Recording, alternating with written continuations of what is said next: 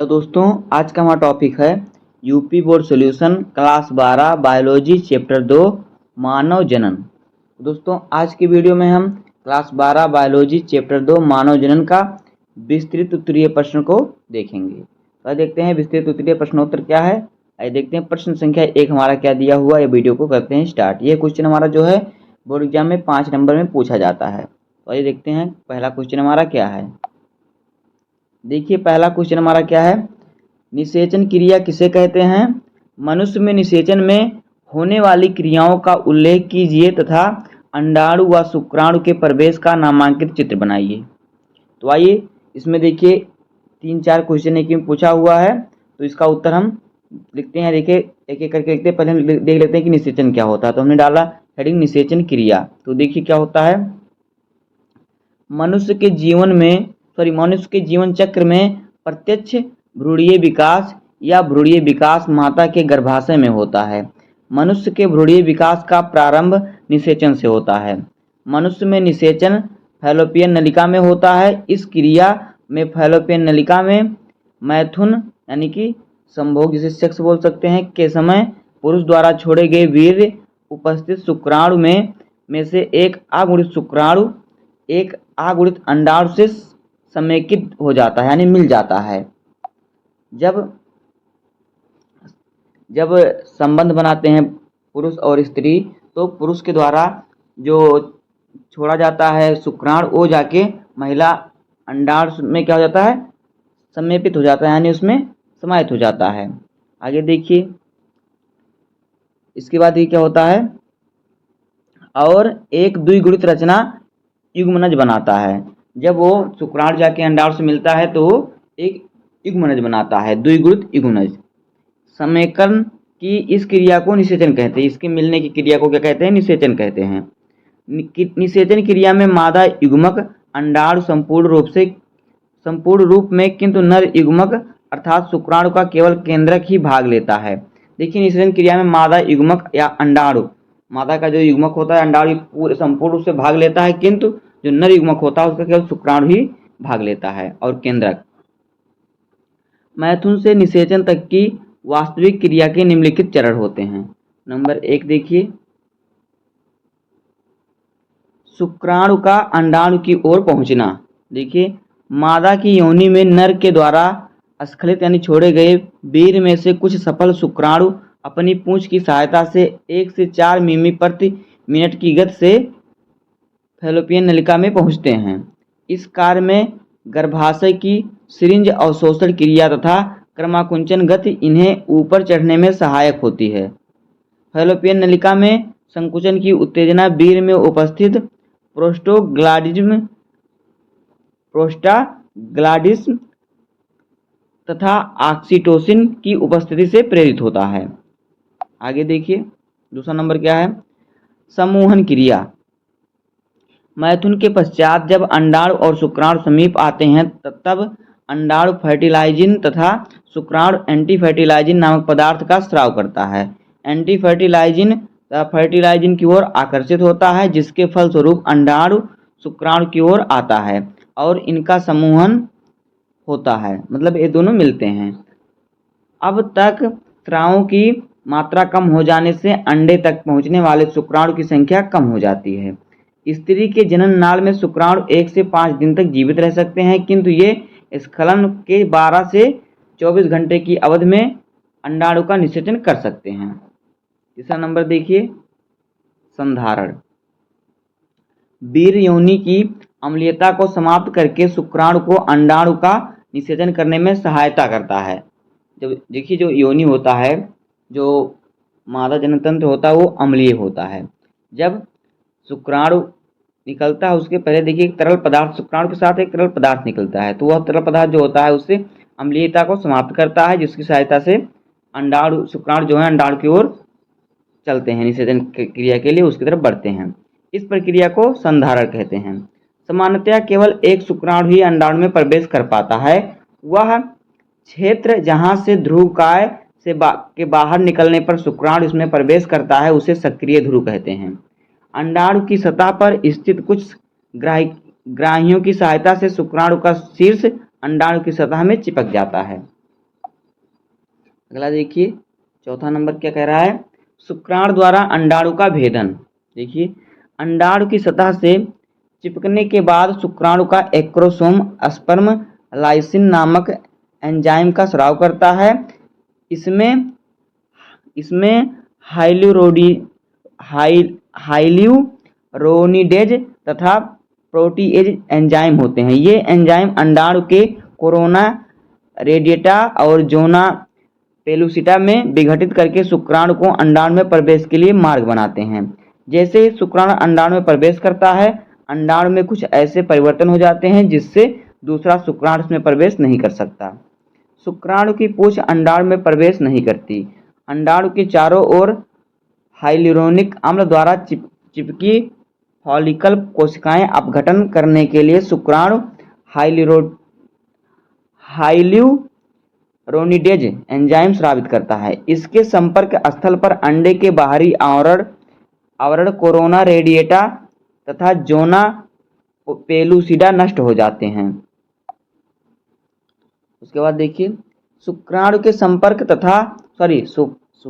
संपर्क स्थल पर अंडाणु की बाहरी दीवार यानी भित्ति फूलकर एक निषेचन शंकु बनाती है। अंडाणु की प्लाज्मा कला से चिपकने के पश्चात शुक्राणु का एक्रोसोम स्पर्म लाइसिन एंजाइम स्रावित करता है। इसके द्वारा अंडाणु की प्लाज्मा कला घुल जाती है और शुक्राणु धीरे धीरे अंडाणु में प्रवेश कर जाता है। पांचवा नंबर देखिए, अंडाणु की सक्रियता। तो शुक्राणु के प्रवेश करते ही अंड कोशिका में से एक रासायनिक संकेत अंडाणु की सतह की ओर प्रेषित होता है, जिसके कारण अंड कोशिका के चारों ओर स्थित शुक्राणुओं में से कोई भी शुक्राणु अब अंडाणु में प्रवेश नहीं कर पाता। अंडाणु की प्लाज्मा कला के नीचे स्थित कार्टिकल कणिकाएं निषेचन झिल्ली बनाती हैं। इसे अंडाणु का सक्रियण कहते हैं। निषेचन झिल्ली तथा अन्य शुक्राणुओं को अंडाणु में प्रवेश करने से रोक देती है। आगे देखिए, शुक्राणु तथा अंडाणु के केंद्रक का संलयन। तो देखिए, शुक्राणु के अंडे में प्रवेश करते ही उसके कोशिका द्रव्य एवं कार्टेक्स में अनेक परिवर्तन होने लगते हैं। इन परिवर्तनों के कारण सक्रिय अंडाणु में समसूत्री विभाजन की तैयारियां प्रारंभ हो जाती हैं। यहाँ पे देखिए चित्र बनाया गया है अंडाणु में शुक्राणु प्रवेश करने की प्रावस्थाएं। देखिए, पहला क्या प्रावस्था है, यहाँ पे देखिए, जब ये आएगा यहाँ पे इस प्रकार से, देखिए यहाँ पे शुक्राणु अंडे में आ रहा है, तो यहाँ पे जब आएगा देखिए यहाँ पे इतना आया, इसके बाद जब आएगा देखिए इतना उसका सर है और ये इसका पूंछ है, तो ये देखिए इसका सर तो ये इसमें आ जाएगा, इतना समाहित हो जाएगा। उसके बाद इसका पूंछ जो होता है यहीं से समाहित नहीं होता, कट जाता है। शुक्राणु के अंडाणु में कोरोना रेडिएटा को तोड़ना, तो देखिए क्या होता है, इसको यहीं से टूट जाता है। उसके बाद देखिए क्या होता है, एक शुक्राणु अंडाणु में झिल्ली को देखिए, जब इसको झिल्ली का भेदन करता है तो उसके बाद देखिए यहाँ पे ये अलग हो जाता है और ये झिल्ली के भेदन करके इसका जो झिल्ली यहाँ पे है, देखिए झिल्ली दिख रहा है, इसका भेदन करके अंदर चला जाता है। आगे देखिए, अंडाणु के अंदर शुक्राणु का नर पूर्व केंद्रक एक निश्चित पथ पर अंडाणु के मादा पूर्व केंद्रक की ओर अग्रसर होता है। इस पथ को शुक्राणु प्रवेश पथ कहते हैं। अब नर एवं मादा पूर्व केंद्रकों का परस्पर स्थापित हो जाने से दोनों का संलयन होता है, जिसके फलस्वरूप युग्मनज बनता है, जिसके गुणसूत्रों की संख्या पुनः द्विगुणित हो जाती है। इसके साथ ही माता के गुणसूत्र का परस्पर मिश्रण होता है।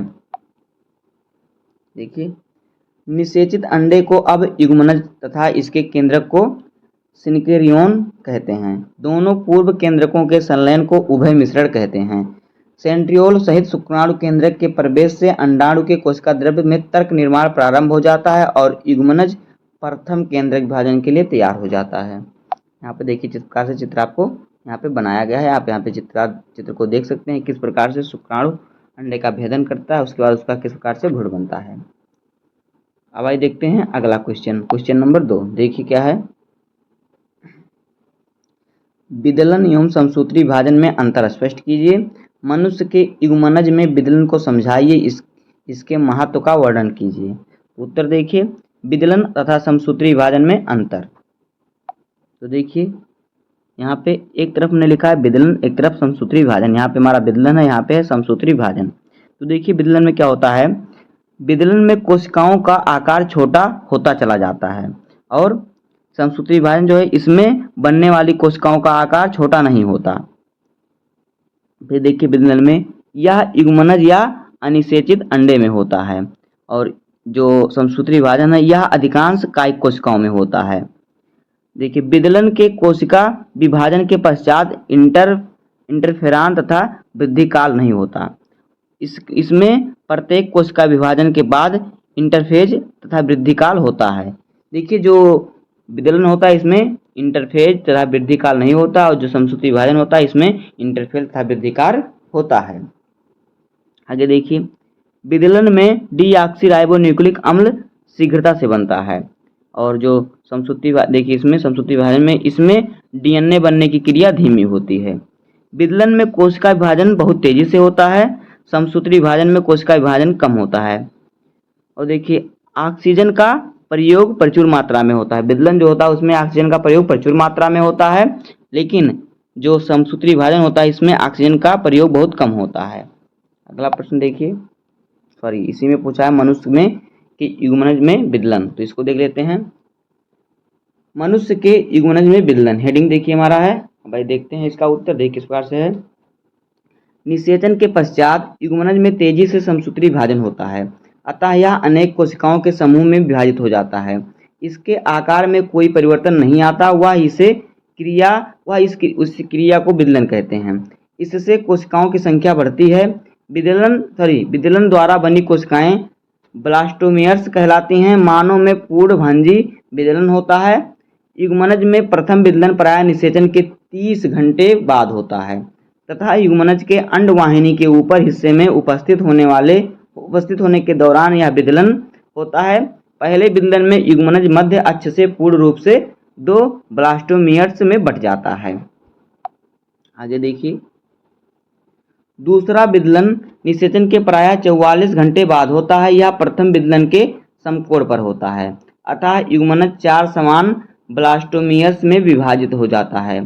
तृतीय विदलन प्रायः निषेचन के 3 दिन बाद होता है। ये पहले 2 विभाजनों के 90 डिग्री के कोण पर होता है। विदलन के दौरान भ्रूण अंडवाहिनी में नीचे की ओर खिसकता जाता है। तृतीय विदलन के पश्चात विदलन अनिश्चित रूप से होता है तथा चौथे दिन भ्रूण गर्भाशय में पहुंच जाता है। यह भ्रूण 32 कोशिकाओं का होता है, इसे मोरूला कहते हैं। अब देखते हैं विदलन के लाभ।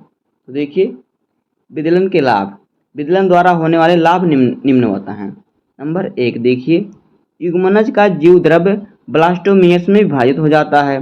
दूसरा देखिए दूसरा नंबर, विदलन जीव द्रव्य को गति प्रदान करता है तथा जनन स्तर बनाने में सहायता करता है। तीसरा ऑप्शन देखिए यह ऊतक तथा अंग बनाने में सहायता करता है।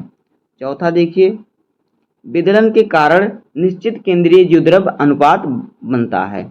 और पांचवा देखिए इसके फलस्वरूप एक कोशिकीय युग्मनज बहुकोशिकीय भ्रूण में परिवर्तित हो जाता है। तो दोस्तों इस प्रकार से हो जाएगा चैप्टर 2 मानव जनन का विस्तृत उत्तरीय प्रश्न। उम्मीद है कि आपको वीडियो पसंद आया होगा। अगर आपको वीडियो पसंद आया हो तो वीडियो को लाइक कर दीजिएगा और चैनल पर नए हैं तो सब्सक्राइब कर दीजिए। मिलते हैं किसी नेक्स्ट वीडियो में, तब तक के लिए धन्यवाद। जय हिंद।